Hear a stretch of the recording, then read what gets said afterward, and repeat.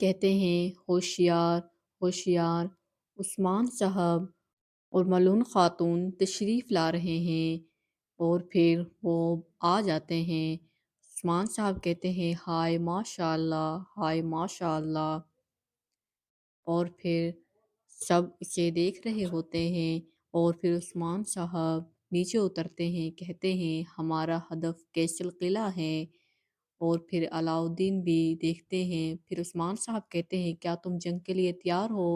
اور پھر سب جواب دیتے ہیں ہم تیار ہیں حضور۔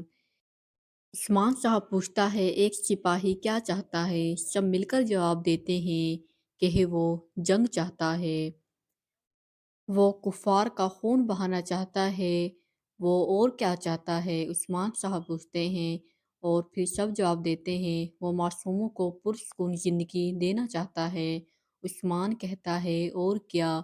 کہتے ہیں وہ شہید ہونا چاہتا ہے۔ عثمان صاحب کہتے ہیں ہائے ماشاء اللہ میرے بہادروں، ماشاء اللہ۔ پھر وہاں پر ایک قاصد آ جاتے ہیں اور کہتے ہیں میں کوریا سے خبر لے کر آیا ہوں بوران صاحب، اور پھر بوران صاحب اس سے پیغام لیتے ہیں، اور پھر اسے کہتے ہیں شکریہ بھائی، آپ کا بہت شکریہ، اور پھر اس کو جانے کے لیے کہتے ہیں، اور پھر وہ وہاں سے چلا جاتا ہے۔ بوران صاحب بھاگا ہوا عثمان صاحب کے پاس آتا ہے اور اسے آ کر بتاتا ہے کہ کونیا سے ہمارے لیے خبر آئی ہے، اور پھر عثمان صاحب کو اس کے بارے میں بتاتا ہے کہ وہ آیا تھا اور وہ خبر پہنچا کر گیا ہے، اور پھر وہ تو چلا جاتا ہے، اور پھر عثمان صاحب اسے کھول کر پڑھنے لگ جاتے ہیں، اور عثمان صاحب کے ریئیکشن سے پتہ چلتا ہے کہ وہ بہت غصے میں ہیں۔ قاصد خبر لایا تھا، یہ خبر اچھی نہیں تھی، اس لیے عثمان صاحب کہتے ہیں نہیں، ایسا نہیں ہو سکتا، اور پھر عثمان صاحب سب کو مخاطب کرتے ہیں، اور پھر کہتے ہیں سرداران، اور پھر سرداران کہتے ہیں کہ جی حضور، اور پھر عثمان صاحب ان سے کہتے ہیں کہ سب لوگ ایوان یا پھر جرگے میں آئیں فوراً، اور پھر عثمان صاحب اندر چلے جاتے ہیں۔ عالن خاتون جا رہی ہوتی ہیں، اور پھر وہاں پر فاطمہ آ جاتی ہیں اور کہتی ہیں کہ میں آپ کو ہی ڈھونڈ رہی تھی، میں آپ سے ملنا چاہتی ہوں، اور پھر الگن خاتون کہتی ہیں فاطمہ خبر ملی ہے کہ کوئی قاصد آیا ہے، اور الگن خاتون پوچھتی ہیں کہ جار کوتائی کی طرف سے کوئی خبر؟ پھر وہ جواب دیتی ہیں نہیں، کوئی خبر نہیں ہے الگن خاتون، اور پھر الگن خاتون پریشان ہو جاتی ہیں، کہتی ہیں کونیا سے قاصد آیا تھا، اتنا عرصہ گزر گیا ہے اس کے بغیر، اور پھر فاطمہ بھی اداس ہو جاتی ہے، اور پھر الگن خاتون کہتی ہیں لیکن میں جانتی ہوں کہ وہ مرا نہیں ہے، جار کو تائی کبھی نہیں مرے گا، اور پھر وہ ہنسنے لگ جاتی ہیں، اور پھر فاطمہ کا ہاتھ پکڑ لیتی ہیں اور وہ مسکراتی ہیں، اور پھر الگن خاتون کا بیٹا اس کے پاس آتا ہے، کہتا ہے ماں کیا میرے بابا واپس آ گئے ہیں؟ میرے بابا واپس آ گئے ہیں کیا؟ اور پھر وہ الگن خاتون سے پوچھتے ہیں، الگن خاتون کی آنکھوں میں آنسو آ جاتے ہیں، اور پھر فاطمہ بھی بہت اداس ہو جاتی ہے، اور پھر الگن خاتون کہتی ہیں وہ واپس آئیں گے میری جان۔ پھر وہ پوچھتے ہیں کب واپس آئیں گے ماں؟ اور پھر وہ کہتا ہے آپ کہتی رہتی ہیں کہ وہ واپس آئیں گے لیکن ابھی تک تو وہ واپس نہیں آئے۔ الگن خاتون کہتی ہیں کہ میرے بیٹا پریشان مت ہو، وہ آئیں گے، انشاءاللہ وہ جلدی آئیں گے، اور پھر فاطمہ کی آنکھوں میں آنسو ہوتے ہیں، اور الگن خاتون اپنے بیٹے کو گلے سے لگا لیتی ہیں، سارے جرگے میں شامل ہو جاتے ہیں، اور پھر عثمان صاحب کہتے ہیں کہ میں کیسل کی فتح کو روک رہا ہوں، اور پھر سب اسے دیکھ کر کہتے ہیں کہ آپ یہ کیا کہہ رہے ہیں؟ آپ کیسل کی فتح کو کیوں روک رہے ہیں؟ آپ اس فتح سے پیچھے کیوں ہٹ رہے ہیں؟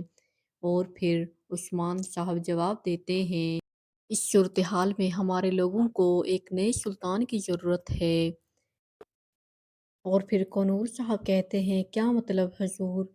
اور پھر عثمان صاحب کہتے ہیں سلطان مسعود کو زہر دیا گیا ہے، اور اب واپسی کا کوئی راستہ نہیں، اور پھر سب عثمان کو دیکھتے ہیں اور کہتے ہیں کہ تو پھر اس کا مطلب ہے گھوڑے پھر سے دوڑائے جائیں گے، اور پھر عثمان صاحب کہتے ہیں کہ ایسا نہیں ہے، تلواریں نیاموں سے باہر نکالی جائیں گی اور بہت سے لوگ اس وقت تک اپنی جان سے ہاتھ دھو بیٹھیں گے جب تک نیا سلطان تخت نشین نہیں ہو جاتا۔ ہاں، اور پھر عثمان صاحب کہتے ہیں اب بتاؤ کیا میں خود کو اس عہدے کے لیے پیش کروں؟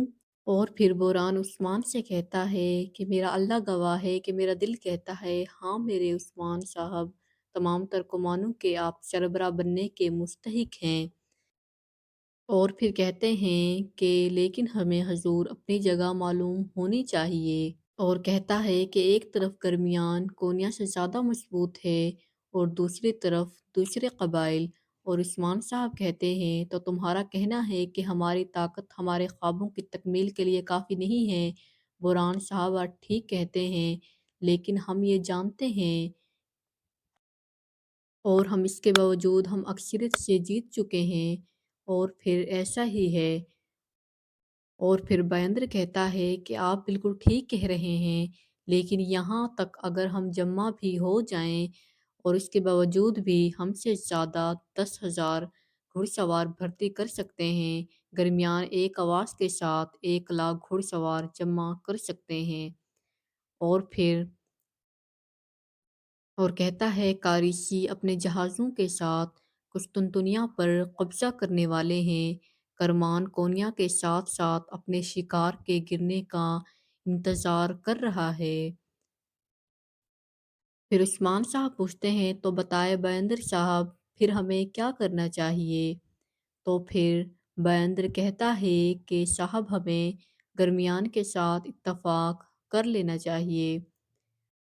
اور پھر عثمان صاحب بیندر کی طرف دیکھتا ہے اور پھر بیندر کہتا ہے حتیٰ کہ مجھے معاف کیجیے گا میرے حضور، لیکن اور پھر ہمیں گرمیان کے ساتھ حمایت کرنی چاہیے، رک جائیے۔ اور پھر کوہنور صاحب بول پڑتے ہیں آپ کیا کہہ رہے ہیں بیندر صاحب؟ اور پھر بیندر کہتا ہے کوہنور صاحب بہت سی ریاستیں بے وقت خوابوں کی طرح تباہ ہو چکی ہیں، اور پھر میرا خیال ہے کہ ہم پہلے ہی متفق ہیں، لیکن کسی کی حمایت میں دخل ہونے کا کیا خیال ہے؟ یہ بوران صاحب کہتے ہیں۔ اور پھر عثمان صاحب کہتے ہیں صاحبان یہ مشورے کی مجلس ہے، یہاں ہر کوئی اپنی رائے کا اظہار کر سکتا ہے، تو بس یہاں ہر کوئی بولنے کے لیے آزاد ہے۔ بیندر صاحب اپنا سر جھکا لیتا ہے۔ عثمان صاحب کہتا ہے بولے بیندر صاحب۔